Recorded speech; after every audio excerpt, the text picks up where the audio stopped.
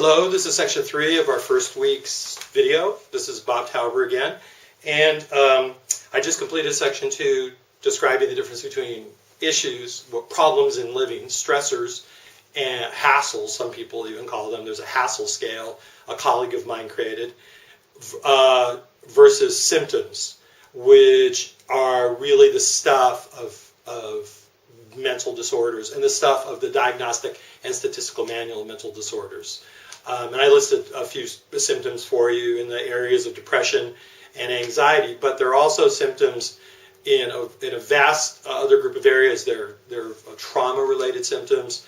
That's where you start getting diagnoses like post-traumatic stress disorder and adjustment disorders. Those are trauma-type symptoms.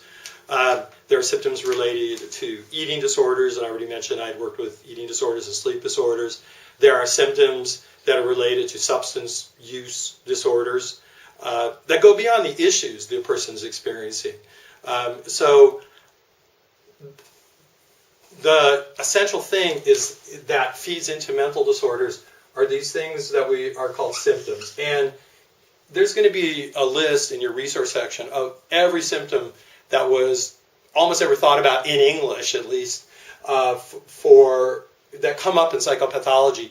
But really, we're going to be focusing more on like probably about 24 symptoms max for this class. And we're going to abbreviate symptoms SX. So whenever you see SX, that means symptoms. So we can make that whole list of all these different symptoms that people present with for counseling or for clinical services. So what I said is that symptoms fall together in certain patterns and create what we're going to call diagnoses, DX. So when you see DX, that's diagnosis. Now, there's, like I said, there's certain criteria. You could have every symptom on the list and every symptom in the book, and if those symptoms do not cause, and this is a key point of this class, if those symptoms do not cause a person clinically significant distress or impair important areas of functioning, then they're symptoms, but they're not necessarily a mental disorder. Symptoms, so if I say a sad mood,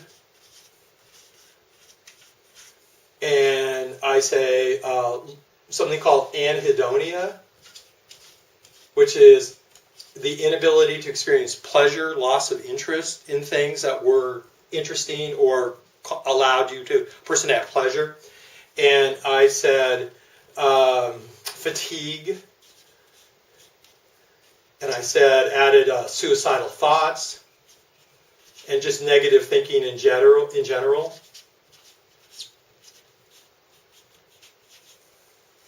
And we look at this whole syndrome of different symptoms, and if we can make the statement that this group of symptoms for a given individual is causing them distress, which for the most part it almost always does, but not always, but if it's causing distress or it's causing impairment in important areas of functioning, then you may be able to shift this over to here and perhaps call it major depressive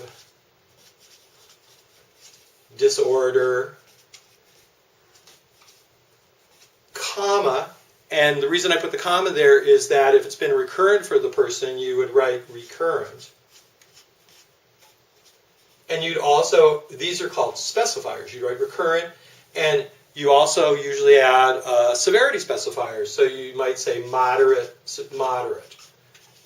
And there's a potential for a whole bunch of specifiers of a major depressive disorder in the DSM with seasonal pattern, post or peripartum depressions, melancholic depressions. So there's a whole bunch that you're going to be looking at. But the point is you could have all these symptoms in it, and it's possible that they are not at the level where they come together and create an actual diagnosis.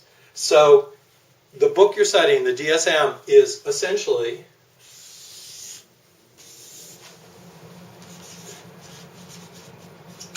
the DSM is essentially the rule book for converting symptoms into specific diagnoses. We're into our 5th edition. They've definitely changed over the years. Just one example of, I have to step out of the camera here for a second.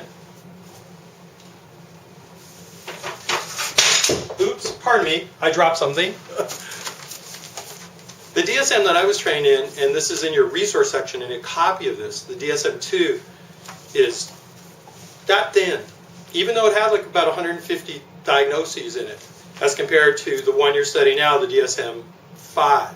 So the model in the way that we're going to name mental disorders has become different. And the way it's become different is it's become much, much more rigorous.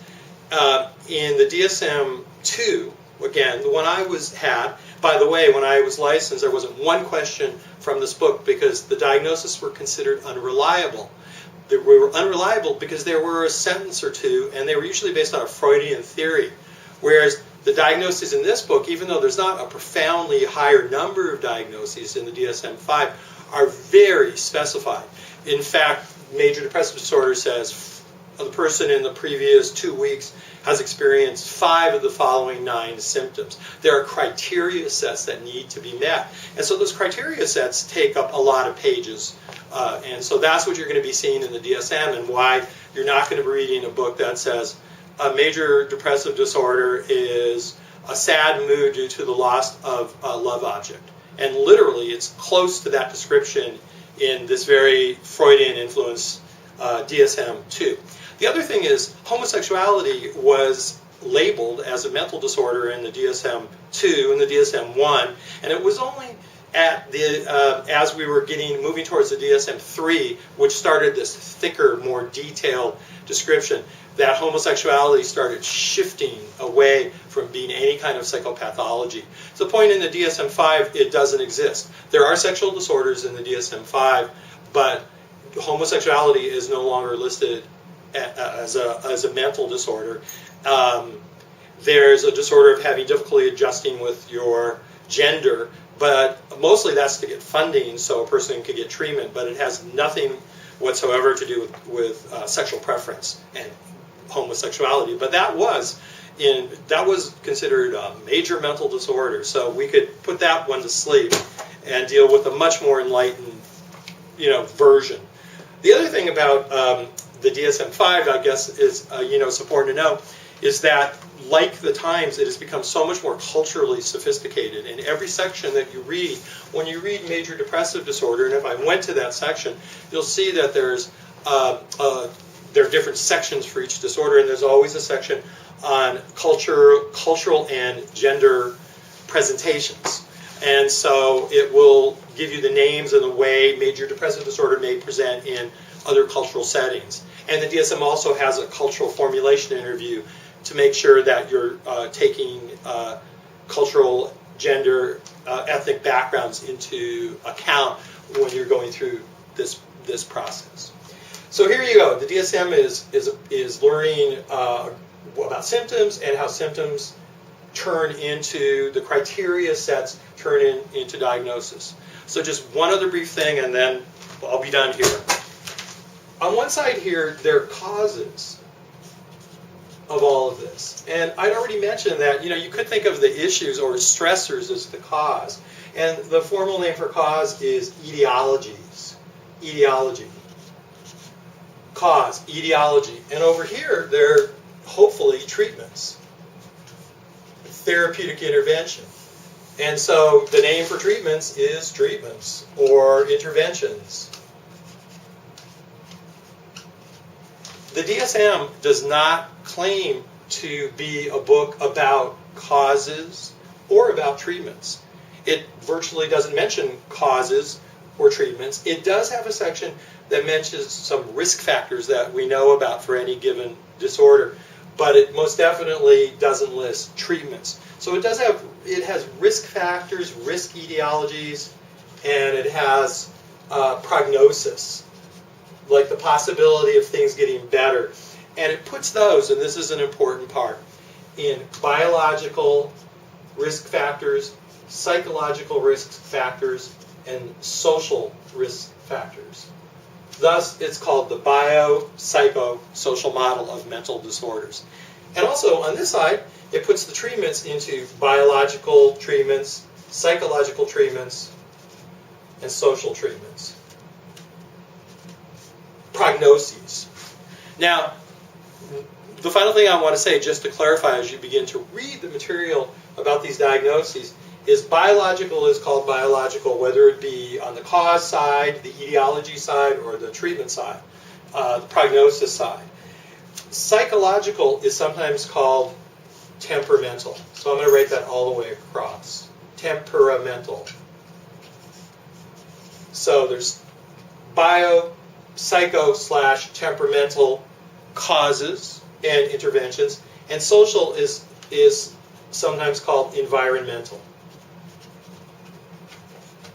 So both of these terms come up, these ways of thinking about this whole model, that etiologies or causes are in the realms of biological, as in low serotonin or some other biological issue, psychological emotions that are stuffed and not expressed, or thinking patterns, social oppression and lack of opportunity in an environment, the place a person is sort of forced into, the niche within a family system. So the term you're also going to see is bio and temperamental and environmental. But it's the biopsychosocial model of mental disorders. And that's the name of this class. So welcome to the class. There's some reading material to look at, list of the disorders for this week. But that's it for our videos. And I truly, again, welcome you and hope you enjoy this adventure, as challenging as we know, Louise and I know, it really is. Thank you. Take care.